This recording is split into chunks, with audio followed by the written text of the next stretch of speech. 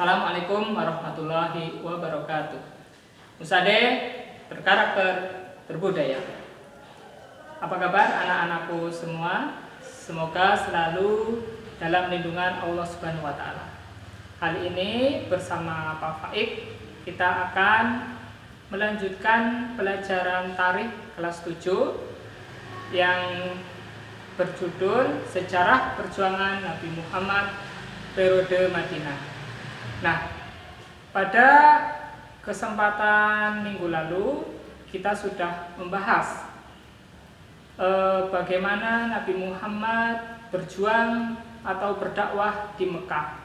Tapi karena Nabi Muhammad ingin mengembangkan Islam secara lebih luas, akhirnya beliau melakukan hijrah ke Madinah. Nah, lebih spesifiknya pada materi ini kita akan membahas tentang hijrah Nabi Muhammad ke Madinah.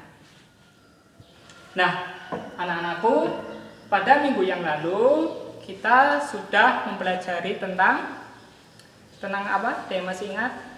Ya, benar sekali. Tentang masyarakat Yasrib atau Madinah sebelum kedatangan Islam. Nah, kemudian setelah Nabi hijrah, Nabi Muhammad nantinya akan merubah atau memperbaiki tatanan sosial yang ada di Madinah. Oke? Memasuki materi yang pertama, hijrah. Apa itu hijrah? Hijrah merupakan perjalanan Nabi Muhammad atau perpindahan Nabi Muhammad beserta kaum muslimin dari Mekah ke Madinah. Nah, tujuan hijrah sendiri adalah sudah Bapak sampaikan tadi, yaitu untuk memperluas atau untuk meningkatkan agar agama Islam itu semakin berkembang. Tujuan pembelajaran pada kali ini adalah untuk memahami bagaimana proses hijrah Nabi Muhammad dan apa yang beliau lakukan pada saat awal-awal berhijrah. Setelah Nabi Muhammad merencanakan proses hijrah, pertama-tama yang melakukan hijrah adalah kaum muslimin, sedangkan Nabi Muhammad beserta Abu Bakar dan Ali bin Abi Thalib masih berada di Mekah. Nah, mendengar hal ini, kaum kafir Quraisy menjadi khawatir jika sampai umat muslim semuanya hijrah ke Madinah, nantinya suatu saat mereka akan kembali menyerang Mekah. Untuk itu, para pembesar kaum kafir Quraisy melakukan pertemuan atau disebut sebagai Darun Nadwa, yang artinya parlemen Mekah. Nah, di sana mereka membahas rencana jahat untuk membunuh Nabi Muhammad SAW. Nah, rencana mereka adalah dengan mengepung rumah Nabi Muhammad. Mereka menyiapkan orang-orang terkuat dari setiap suku yang ada, kemudian bersama-sama merencanakan membunuh Nabi Muhammad dengan menggunakan pedang. Jadi nantinya ketika keluarga Nabi Muhammad tidak terima atas pembunuhan tersebut, mereka atau keluarga Nabi Muhammad tidak bisa melawan karena yang melakukan pembunuhan adalah 11 suku terkuat yang ada di Mekah pada saat itu. Tetapi Nabi Muhammad tahu akan rencana tersebut. Nabi Muhammad diberitahu oleh malaikat Jibril bahwasanya malam nanti atau malam tersebut Nabi Muhammad akan dikepung. Nah, mendengar kabar tersebut, Nabi Muhammad kemudian menghubungi Abu Bakar dan berencana melakukan hijrah pada malam tersebut. Nah, sementara itu malam pun tiba, Nabi Muhammad masih berada di dalam rumahnya. Kemudian Nabi Muhammad meminta tolong kepada Ali bin Abi Thalib yang saat itu usianya sekitar 22 tahun. Ali bin Abi Thalib dimintai tolong oleh Nabi Muhammad untuk tidur di atas pembaringan Nabi Muhammad. Tujuannya apa? Yaitu untuk mengelabui orang-orang kafir bahwasanya nantinya Ali nanti dikira sebagai Nabi Muhammad. Nah, kemudian Ali tidur di tempat Nabi Muhammad, sementara Nabi Muhammad keluar pintu. Nah, di luar kan sudah banyak orang yang mengepung. Tapi subhanallah, atas izin Allah, Nabi Muhammad hanya menaburi mereka debu, kemudian sambil membaca surat Yasin ayat yang ke-9 yang bunyinya A'udzubillahi minasyaitonirrajim. Bismillahirrahmanirrahim. Wa ja'alna min baini aydihim saddan wa min khalfihim saddan fa ahsyaynahum fahum la yubsirun. Nah, setelah membaca surat Yasin tersebut, ternyata yang terjadi adalah orang-orang kafir tersebut merasa mengantuk, merasa lemas. Kemudian pedang yang mereka pegang jatuh ke tanah. Kemudian mereka tertidur. Nah, akhirnya Nabi Muhammad bisa lolos dari sergapan atau kepungan orang-orang tersebut. Kemudian Nabi Muhammad pergi ke rumah Abu Bakar. Kemudian mereka berdua berjalan ke arah selatan. Nah, sebenarnya perjalanan ke Madinah itu harusnya ke arah utara, tetapi karena untuk menghindari kejaran orang-orang kafir, Nabi Muhammad dan Abu Bakar menggunakan arah yang berbeda, yaitu ke arah selatan. Nah, akhirnya mereka berdua pergi menggunakan unta.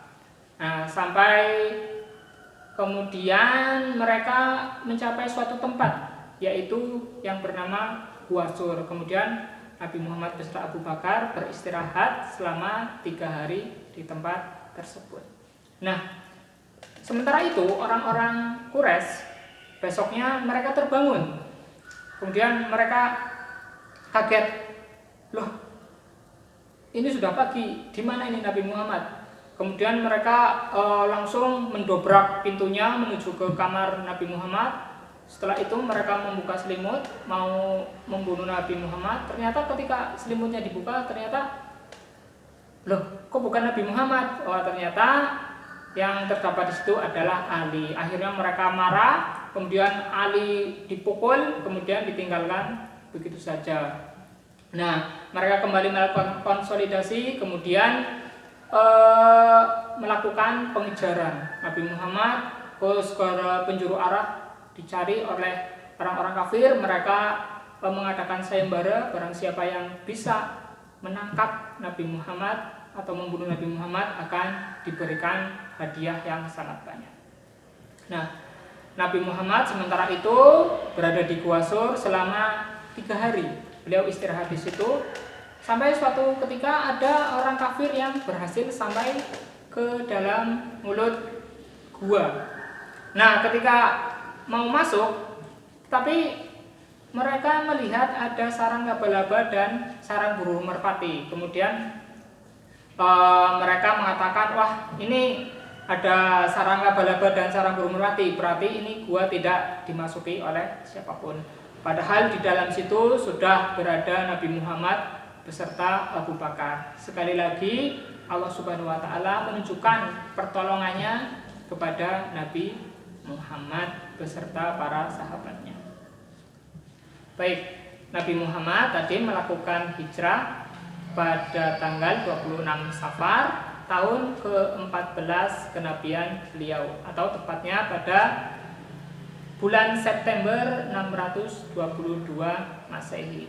Nah, setelah Nabi Muhammad keluar dari Gua Sur, beliau melanjutkan perjalanan dan akhirnya pada tanggal 24 September 622 Masehi beliau sampai di Kuba. Nah, disinilah beliau membangun masjid yang pertama kali dalam sejarah Islam. Jadi Nabi Muhammad membangun masjid yang pertama kali itu di daerah yang bernama Kuba. Di sana selama 5 hari beliau menetap di situ. Kemudian pada sholat Jumat beliau kembali melanjutkan perjalanan dan sampai di Madinah atau tepatnya di perkampungan Bani Najran pada tanggal 27 September 622 Masehi atau bertepatan pada tanggal 12 Rabiul Awal tahun pertama Hijriah. Nah, jadi saat hijrah Nabi tersebut mulai dihitung sebagai tahun pertama Hijriah.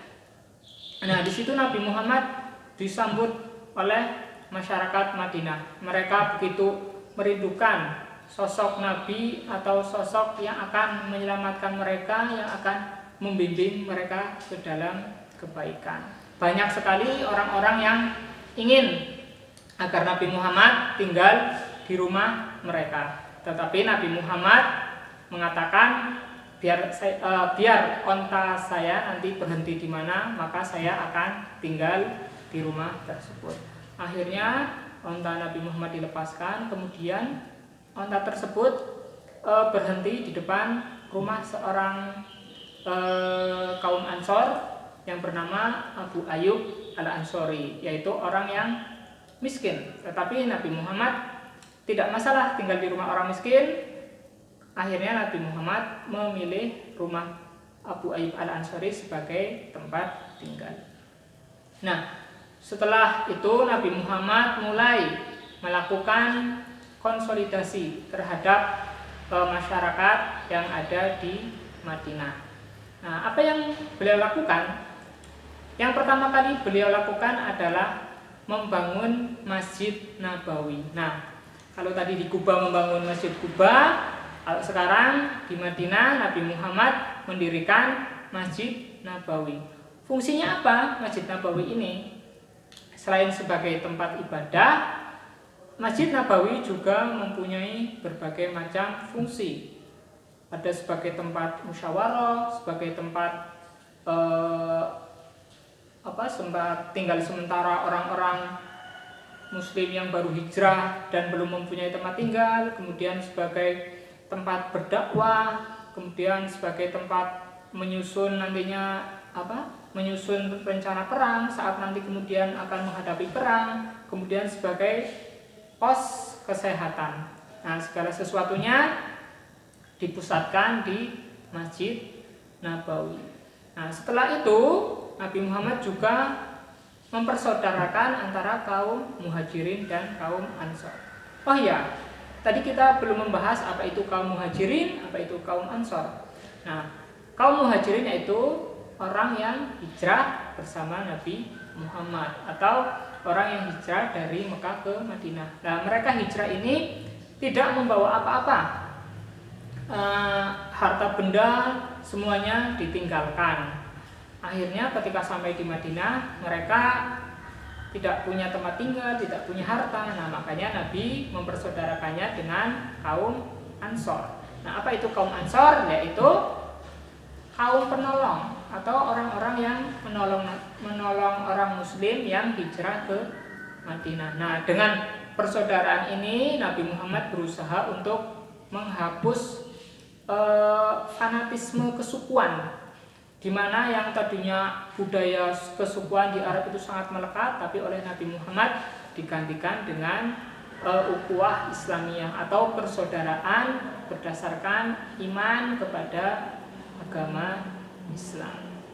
Tidak hanya di situ, nanti kemudian Nabi Muhammad akan mengatur tata cara hidup atau mengatur kerukunan umat beragama yang ada di situ. Nah, untuk itu nanti akan dibahas minggu depan, yaitu dalam Piagam Madinah. Nah, untuk materi yang ini sampai di sini terlebih dahulu. Kemudian apa kesimpulan dari pembelajaran ini? Nah, kesimpulannya adalah bahwasanya Nabi Muhammad mengajak umat muslim untuk berhijrah adalah tujuannya untuk mengembangkan agama Islam. Kemudian apa konteks yang bisa kita ambil atau apa yang sesuai dengan zaman sekarang makna hijrah itu? Nah, hijrah yaitu selain tadi artinya perpindahan Nabi Muhammad bersama kaum muslimin dari Mekah ke Madinah, kalau zaman sekarang hijrah bisa diartikan sebagai usaha untuk lebih baik lagi, atau yang tadinya buruk berusaha meningkatkan diri agar menjadi lebih baik, yang tadinya baik berusaha lagi meningkatkan diri untuk lebih baik lagi. Jadi kita yang merasa sudah baik, mari kita tingkatkan agar lebih baik lagi, dan kita yang merasa masih banyak kekurangan, masih ada waktu, mari kita berhijrah untuk menuju pribadi yang lebih baik lagi. Nah, kemudian nanti silakan kalian kerjakan tugas melalui link yang ada di bawah ini. Nanti untuk materi ini penilaiannya akan diambil berdasarkan dua penilaian. Yang pertama adalah penilaian sikap, dan yang kedua adalah penilaian pengetahuan. Untuk penilaian sikap, nanti Pak Faik akan lihat apakah kalian disiplin dalam mengerjakan tugas yang akan Pak Faik berikan, apakah kalian tepat waktu dalam mengerjakan, dan tentunya jujur dalam mengerjakan tugas yang akan Pak Faik berikan. Kemudian yang kedua, penilaian pengetahuan adalah dengan kalian menjawab dengan sungguh-sungguh tugas yang akan Pak Faik sampaikan. Ya, KKM-nya minimal adalah 73. Nah, untuk kesempatan ini itu saja yang dapat Pak Faik sampaikan. Semoga bermanfaat untuk kita semua. Tetap semangat, tetap rajin belajar. Terima kasih. Nun wal qalami wa ma yasturun. Fastabiqul khairat. Assalamualaikum warahmatullahi wabarakatuh.